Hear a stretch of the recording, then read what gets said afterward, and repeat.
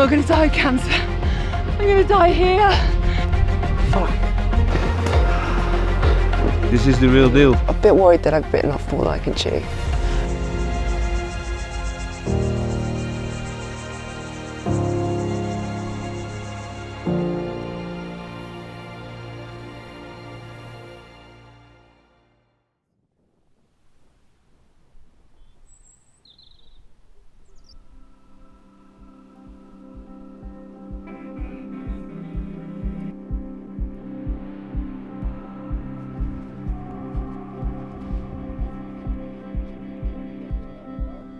I found out with my PTSD, I always find excuses not to go. I need to stop backing out of things and making sure that I'm pursuing what I really want. I was 17.5 years old when I was drafted for the military. You have your number, you need to go. So that's how my journey started within the military. I was a medic and I stayed through the whole career, and then it's done. When you come out, it's a big change. You like a hand? Pardon the pun? Yes, thank you, please. No pun intended. I decided to apply for military police, so I was deployed in Somalia, Afghanistan, Djibouti, and Saudi Arabia. I truly enjoyed this life. I had a motorbike accident while going on duty in Italy. After 6 years having a paralyzed, useless arm, 3 months ago, I decided to amputate it.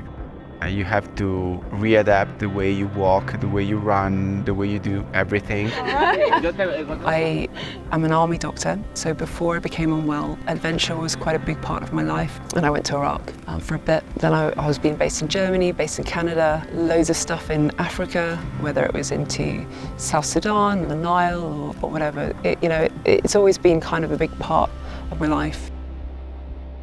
The journey first started in 2016. I was diagnosed with breast cancer. I was told I've got metastatic, incurable breast cancer. So I'm kind of here because my whole world completely flipped upside down. I thought that I would never do anything like this again until this trip.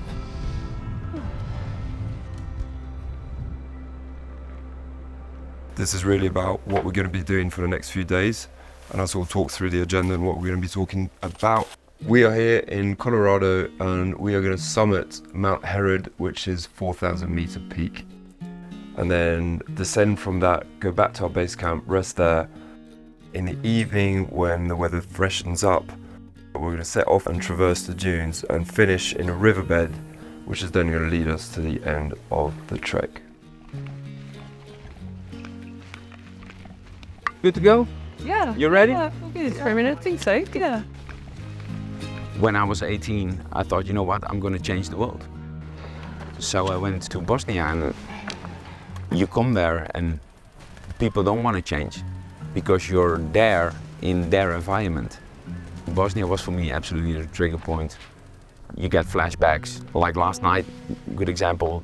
I heard at 4:30, I heard a chopper, and it immediately brings you back to certain events, and yeah, after that you're lying awake, you cannot sleep anymore. And I know we're in an area that it's all good, but still, you always have that memory. It's always visible for you.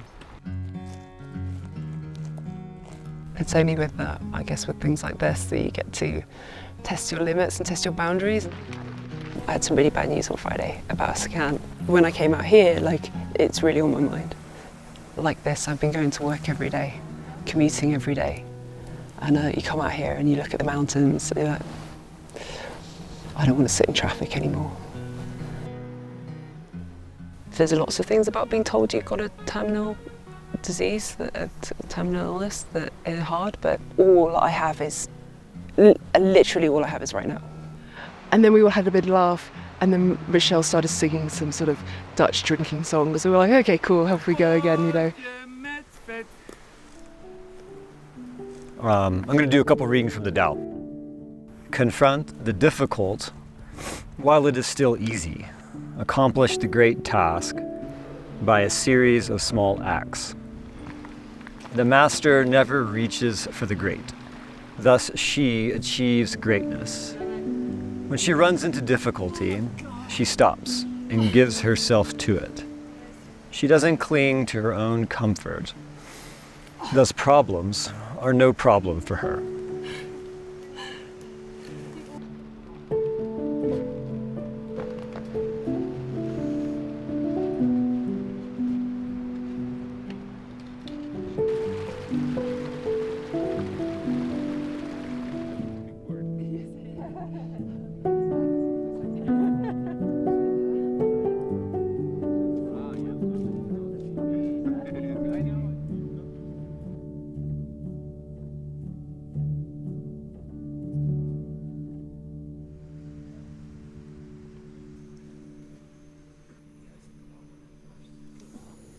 So today is summit day, woken up and it's a beautiful morning.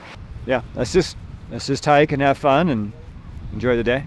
So we've just started day 2 and we've made our way up from Medno Lake. For today we're going to take this ridgeline up to the false summit of Herod, get up to Herod, take that full view in, come back down towards the advanced base camp. When you're outside, it will give your mind peace, because you're going to go up and you're going to go down, and of course you're going to hit the lows, but also you're going to reach the highs. When you breathe, your lungs cannot expand any further. Really freaking tired. A bit worried that I've bitten off more than I can chew. Got headaches, I feel a bit sick. What have I got myself into? Oh man. I have this voice in my mind telling me I have to move on and try to live my life the best I can. See if we can walk the ridgeline and then drop down a little bit.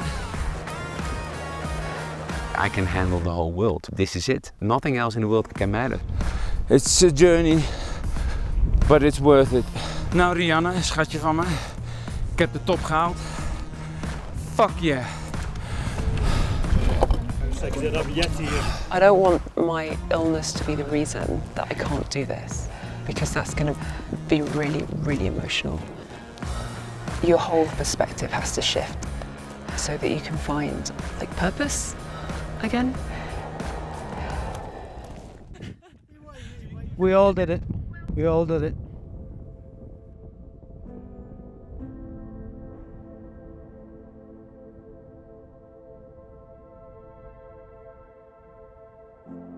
I was told when I was diagnosed I would be dead in 5 years, and that was 4 years ago.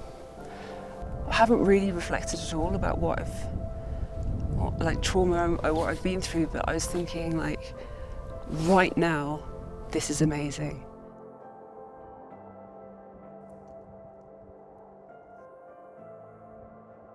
Made me realise that I'm actually okay in a like a really good way, in a way that like sorry. Fuck, sorry, excuse me. That took me by surprise. Yeah, like I'm kind of doing okay. This is really good. Like I feel like this is like a launch pad, like getting here, and I'm not spending a lot of time thinking about what I'm going through. Just this is really, really cool. Like, it feels like the world is really big, and it's still like available to us all. And you don't have to think about what you've gone through. You don't have to think about what you've gone through.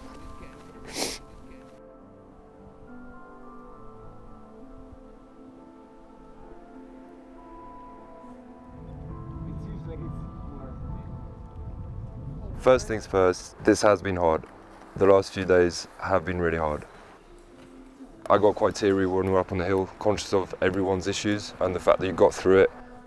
The unique bit of this is going into the sand dunes and watching the sunset together. What makes me happy about this experience is I am able to do it with people with different disabilities, and we are all together as a group, and we have a purpose to do it together. Not everyone is the same, not all the disabilities are visible as mine is. but confrontation makes things so much better. We all had our own goals to achieve. There was not just one expedition, one adventure, but there were 10. Everything's going to change. I hope it's not the beginning of the end of it. Who knows? At some point, the beginning of the downhill will start, and it might be happening. I need to get away from all of that stuff and just be here with big sky and be here with like my feet in sand, and everything else feels very small again, which is great, which is exactly what I needed.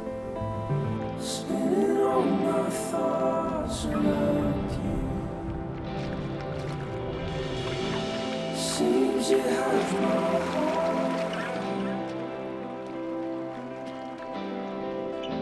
and I'm not scared about it.